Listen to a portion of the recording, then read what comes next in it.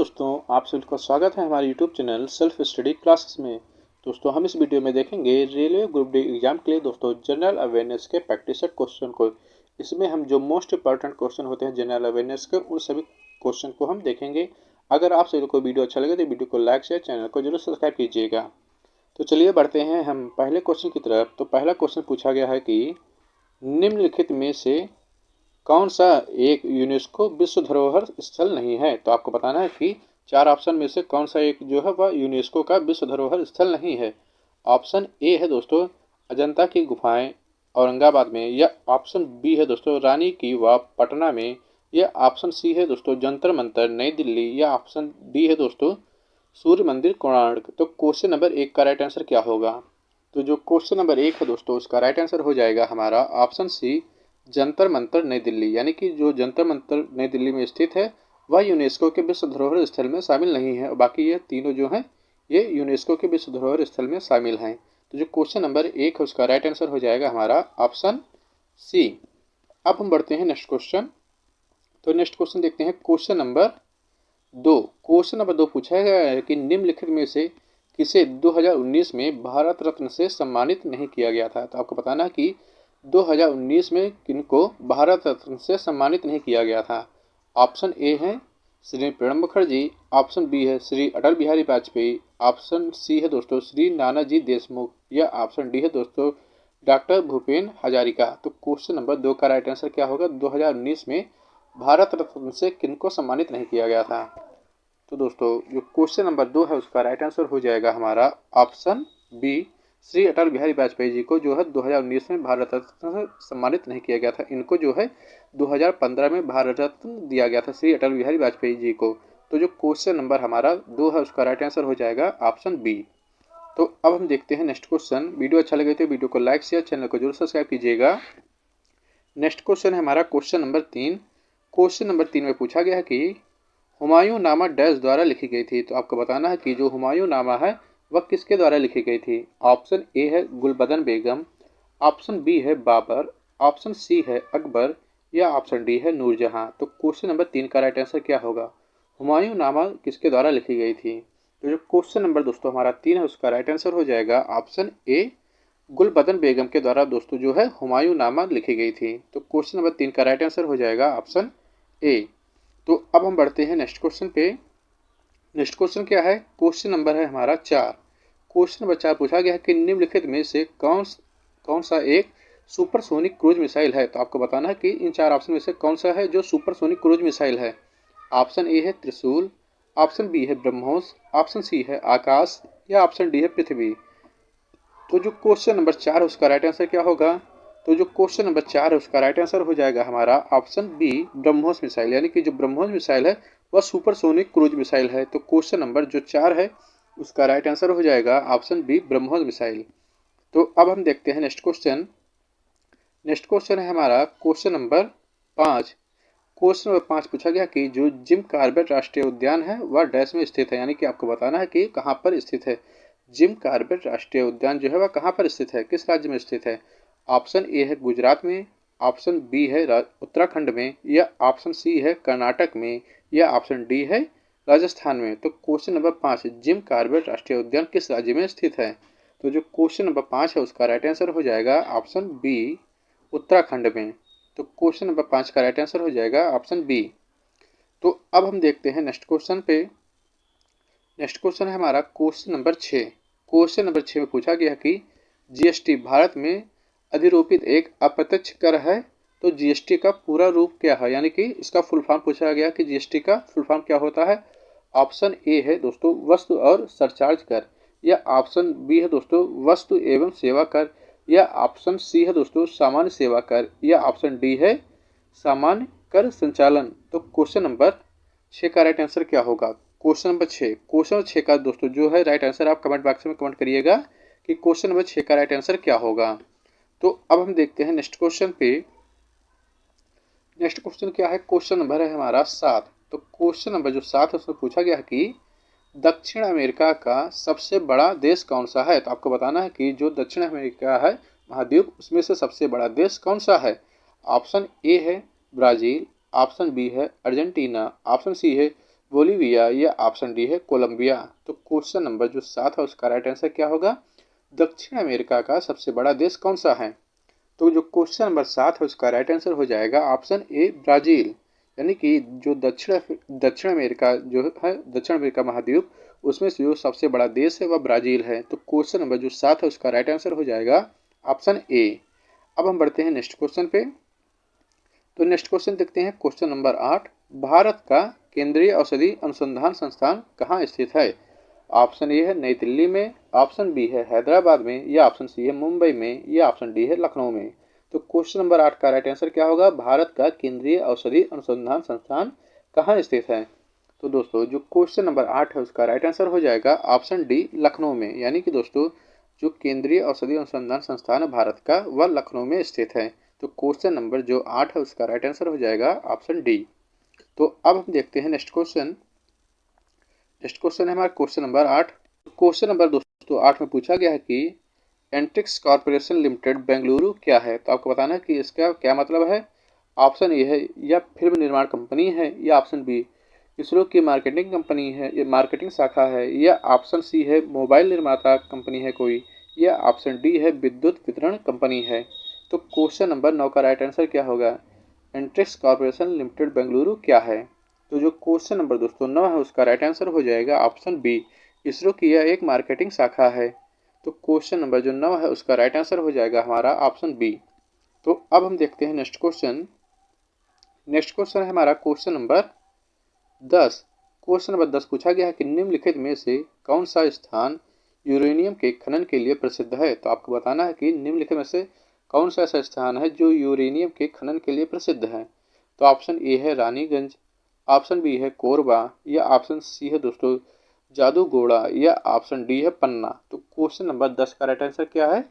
Uranium के जो खनन के लिए कौन सा स्थान जो है प्रसिद्ध है? तो क्वेश्चन नंबर जो 10 है उसका राइट आंसर हो जाएगा दोस्तों हमारा ऑप्शन सी जादूगोड़ा। यानी कि जो जादूगोड़ा स्थान है वह यूरेनियम के खनन के लिए प्रसिद्ध है। तो क्वेश्चन नंबर जो 10 है उसका राइट आंसर हो जाएगा ऑप्शन सी। तो बढ़ते हैं नेक्स्ट क्वेश्चन पे। नेक्स्ट क्वेश्चन देखते हैं क्वेश्चन नंबर 11। भारत की सबसे लंबी राजमार्ग सुरंग कौन सी है? तो आपको बताना है कि जो भारत की सबसे लंबी राजमार्ग सुरंग है वह कौन सी है। ऑप्शन ए है आल्ट सुरंग, ऑप्शन बी है रोहतांग सुरंग, या ऑप्शन सी है अटल सुरंग, या ऑप्शन डी है जवाहर सुरंग। तो जो क्वेश्चन नंबर 11 है उसका राइट आंसर हो जाएगा हमारा ऑप्शन सी अटल सुरंग। यानी कि जो भारत की सबसे लंबी राजमार्ग सुरंग है उसका राइट आंसर बताइए। Question number 12। कौन सी नदी है जो अरब सागर में गिरती है? क्वेश्चन नंबर दोस्तों जो 12 है उसका राइट आंसर क्या होगा? तो दोस्तों क्वेश्चन नंबर 12 का राइट आंसर हो जाएगा हमारा ऑप्शन ए तापी नदी। यानी कि दोस्तों जो अरब सागर में गिरने वाली नदी है वह है तापी नदी। तो क्वेश्चन नंबर जो 12 है उसका राइट आंसर हो जाएगा ऑप्शन ए तापी नदी। तो अब हम बढ़ते हैं नेक्स्ट क्वेश्चन पे। नेक्स्ट क्वेश्चन है क्वेश्चन नंबर 13। क्वेश्चन नंबर 13 पूछा गया है कि यूनेस्को का मुख्यालय कहाँ है? आपको बताना है कि यूनेस्को का जो मुख्यालय है वह कहाँ स्थित है। ऑप्शन ए है वाशिंगटन डीसी में, ऑप्शन बी है न्यूयॉर्क में, ऑप्शन सी है लंदन में, या ऑप्शन डी है पेरिस में। तो क्वेश्चन नंबर 13 यूनेस्को का मुख्यालय कहाँ स्थित है? क्वेश्चन नंबर 13 का राइट आंसर क्या होगा? तो जो क्वेश्चन नंबर 13 है उसका राइट आंसर हो जाएगा ऑप्शन डी पेरिस में। यानी कि यूनेस्को का जो मुख्यालय है वह पेरिस में स्थित है। तो क्वेश्चन नंबर 13 है उसका राइट आंसर हो जाएगा ऑप्शन डी। अब हम बढ़ते हैं नेक्स्ट क्वेश्चन पे। नेक्स्ट क्वेश्चन है हमारा क्वेश्चन नंबर 14। लोकसभा और राज्यसभा की संयुक्त बैठक की अध्यक्षता कौन करता है? तो आपको बताना है कि जो लोकसभा और राज्यसभा है उसकी संयुक्त बैठक की अध्यक्षता कौन करता है। ऑप्शन ए है राज्यसभा के सबसे वरिष्ठ सदस्य, ऑप्शन बी है लोकसभा का अध्यक्ष, ऑप्शन सी है भारत के राष्ट्रपति द्वारा नामित एक सदस्य, या ऑप्शन डी है भारत के राष्ट्रपति। तो जो क्वेश्चन नंबर 14 है उसका राइट आंसर हो जाएगा हमारा ऑप्शन बी लोकसभा के अध्यक्ष। यानी कि जो लोकसभा और राज्यसभा की जो संयुक्त बैठक होती है उसकी अध्यक्षता लोकसभा के अध्यक्ष करते हैं। तो क्वेश्चन नंबर जो 14 है उसका राइट आंसर हो जाएगा हमारा ऑप्शन बी। अब हम बढ़ते हैं नेक्स्ट क्वेश्चन पे। तो नेक्स्ट क्वेश्चन क्या है? क्वेश्चन नंबर है हमारा 15। क्वेश्चन नंबर जो 15 है उसमें पूछा गया है कि एक प्रसिद्ध यात्री इब्न बतूता डैश का मूल निवासी था। आपको बताना है कि कहाँ का वह मूल निवासी था। इब्न बतूता जो है वह कहाँ का मूल निवासी था। तो ऑप्शन ए है दोस्तों हमारा, option A Morocco, option B है यूनान का, या ऑप्शन सी है चीन का, या ऑप्शन डी है इटली का। तो क्वेश्चन नंबर 15, इब्न बतूता कहाँ का मूल निवासी था? तो जो क्वेश्चन नंबर 15 है उसका राइट आंसर हो जाएगा हमारा ऑप्शन ए मोरक्को का। तो यानी कि जो इब्न बतूता का मूल निवास है वह मोरक्को है। तो क्वेश्चन नंबर 15 का राइट आंसर हो जाएगा हमारा ऑप्शन ए। अब हम बढ़ते हैं नेक्स्ट क्वेश्चन पे। नेक्स्ट क्वेश्चन है हमारा क्वेश्चन नंबर 16, निम्नलिखित में से कौन सा देश जो है वह सार्क का सदस्य नहीं है? तो आपको बताना है कि निम्नलिखित में से ऐसा कौन सा देश है जो सार्क का सदस्य नहीं है। तो ऑप्शन ए है चीन, ऑप्शन बी है म्यांमार, या ऑप्शन सी है मॉरिशस, या ऑप्शन डी है अफगानिस्तान। तो क्वेश्चन नंबर 16 का राइट आंसर क्या होगा? यानी कि जो सार्क देश है वो सार्क देश किस सदस्य हैं?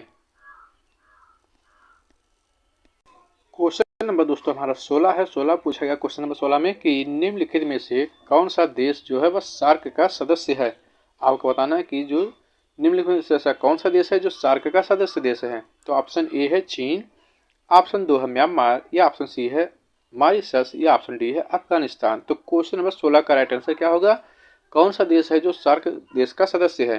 तो क्वेश्चन नंबर जो 16 है उसका राइट आंसर हो जाएगा ऑप्शन डी अफगानिस्तान। तो अब हम बढ़ते हैं नेक्स्ट क्वेश्चन पे। नेक्स्ट क्वेश्चन है हमारा क्वेश्चन नंबर 17। क्वेश्चन नंबर 17 है कि भारतीय संविधान के जनक के रूप में किसे जाना जाता है? तो आपको बताना है कि भारतीय संविधान के जनक के रूप में किसे जाना जाता है। ऑप्शन ए है doctor Bhimrao Ambedkar, option B है doctor Rajendra Prasad, option C है डॉक्टर के एम मुंशी, या ऑप्शन डी है श्री सच्चिदानंद सिन्हा।